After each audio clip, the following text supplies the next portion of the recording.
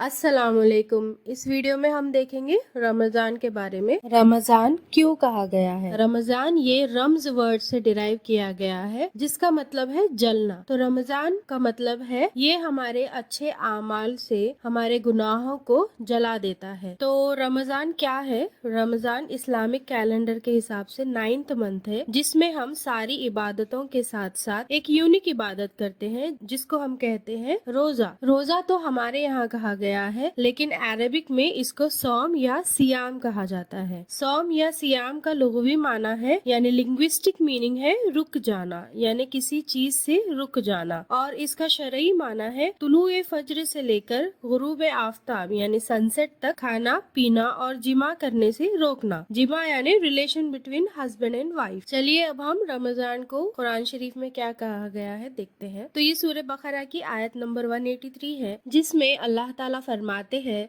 ए ईमान वालो, फर्ज किया गया है तुम पे रोजा जैसे कि फर्ज किया गया है तुमसे पहले लोगों पर ताकि तुम मुत्तकी हो जाओ। इससे पता चलता है कि रोजा एक फर्ज इबादत है और ये हमारे तकवे को बढ़ाता है और हमें मुत्तकी लोगों में शामिल करता है। चलिए अब हम रोजे के बारे में हदीस की रोशनी में देखते हैं। तो ये सही बुखारी की हदीस है, बुनियल इस्लाम अला खम्सिन यानी इस्लाम की बुनियाद 5 चीजों पर है जिनमें से रोजा भी शामिल है। तो रोजा एक बुनियाद या फाउंडेशन है कि रोजे की नियत क्या होनी चाहिए। तो रोजे की नियत या इंटेंशन के लिए हम जो दुआ पढ़ते आ रहे हैं वबी सौमी गदिन नवैतु मिन शहरी रमजान, तो ये सही नहीं है क्योंकि इसका मतलब होता है और मैंने माह रमजान के कल के रोजे की नियत की। तो रोजा तो हम आज रह रहे हैं तो इसीलिए कल के रोजे की नियत की, ये कहना सही नहीं है। तो नियत क्या करनी चाहिए? दिल के इरादे का नाम है नियत। तो नियत हमें फज्र से पहले या सहर के बाद तुरंत कर लेनी चाहिए। चलिए अब हम देखते हैं कौन सी उम्र से रोजा फर्ज है। तो गर्ल्स के लिए जब से पीरियड्स आ जाए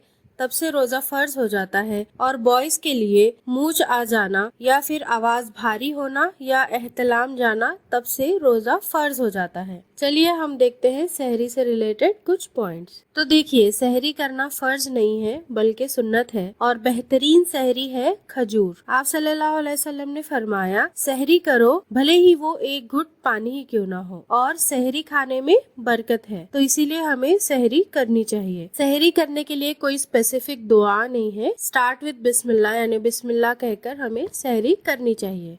चलिए अब हम देखते हैं इफ्तार से रिलेटेड कुछ पॉइंट्स। तो उमर रजी अल्लाह अन्हु फरमाते हैं कि आप सल्लल्लाहु अलैहि वसल्लम रोजा तोड़ते वक्त ये दुआ पढ़ते थे। तो दुआ है, ज़हबत ज़म्मु वब्तल्लतिल रूखु वसबतिल अजरु इंशाअल्लाह। तो इसका मतलब है कि प्यास खत्म हुई, रगे तर हो गई और रोजे का सवाब इंशाअल्लाह पक्का हो गया। तो हमें भी इंशाअल्लाह यही दुआ पढ़नी चाहिए रोजा खोलते वक्त, जो कि हदीस से साबित है। रोजा खोलने का सुन्नत तरीका है ताज़ा खजूर से हमें रोजा खोलना चाहिए। अगर ताज़ा खजूर ना हो तो सूखे हुए खजूर से, और अगर वो भी ना हो तो वाटर या जूसेस से हम रोजा खोल सकते हैं। अब एक गलत फहमी है कि नमक से रोजा खोलना सुन्नत है, लेकिन ये कहीं साबित नहीं है। इफ्तार में जल्दी करना चाहिए, जल्दी यानी टाइम होते ही इफ्तार कर लेना चाहिए। वक्त से पहले रोजा खोलने के बारे में क्या कहा गया है चलिए हम देखते हैं। तो ये सही बुखारी की हदीस है जिसमें अस्मा रजी अल्लाह अन्हा फरमाती है कि एक वक्त नबी करीम सल्लल्लाहु अलैहि वसल्लम के जमाने में बादल था। हमने जब इफ्तार कर लिया तो सूरज निकल आया, यानी बादल की वजह से समझ में नहीं आया कि सूरज गुरूब हुआ था या नहीं, तो उन्होंने रोजा खोल लिया। फिर थोड़ी देर बाद देखा तो सूरज गुरूब नहीं हुआ था। तो ये मसला जब आप सल्लल्लाहु अलैहि वसल्लम को बताया गया तो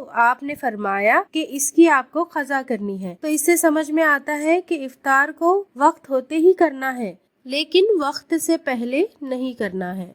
5 चीजें जिससे रोजा टूट जाता है। तो पहला है जानबूझकर खा पी लेने से, भले ही वो एक घूंट पानी ही क्यों ना हो, इससे रोजा टूट जाता है। सेकंड है हैज यानी पीरियड्स की हालत में रोजा टूट जाता है। थर्ड है निफास यानी पोस्टपार्टम ब्लीडिंग यानी डिलीवरी के बाद जो ब्लड जाता है उसमें भी रोजा टूट जाता है। फोर्थ है हम बिस्तरी यानी relation between husband and wife, उससे भी रोजा टूट जाता है। फिफ्थ चीज है जानबूझकर वॉमिटिंग करने से भी रोजा टूट जाता है। अगर खुद से वॉमिटिंग आती है तो उससे रोजा नहीं टूटता, जानबूझ के वॉमिटिंग करना उससे रोजा टूट जाता है। 10 ऐसी चीजें जिससे रोजा नहीं टूटता। तो पहला है मिसवाक या टूथ ब्रश, अगर आप करते हैं तो उससे रोजा नहीं टूटता। अगर आप टूथ ब्रश के साथ पेस्ट भी यूज करते हैं तो उससे भी रोजा नहीं टूटता, लेकिन एक बात का ख्याल रखें कि पेस्ट और पानी गले से नीचे नहीं उतरना चाहिए। सेकंड है गुस्ल लेने से यानी बाथ लेने से रोजा नहीं टूटता। थर्ड है इस्तेहाजा यानी इर्रेगुलर ब्लीडिंग जो होती है, यानी हैज या पीरियड्स वाले ब्लीडिंग के दिन आप छोड़कर जो भी एक्स्ट्रा ब्लीडिंग आती है, यानी जो भी इर्रेगुलर ब्लीडिंग आती है, उसमें रोजा नहीं टूटता। फोर्थ है गलती से कुछ खा पी लेने से। फिफ्थ है ऑक्सीजन लगाने से, अगर जरूरत पड़ी तो ऑक्सीजन लगाने से भी रोजा नहीं टूटता है। सिक्स्थ है आईज में सुरमा लगाने से भी रोजा नहीं टूटता। सेवेंथ है हेयर ऑयल। एट्थ है सेंट या परफ्यूम की खुशबू सूंघने से भी रोजा नहीं टूटता।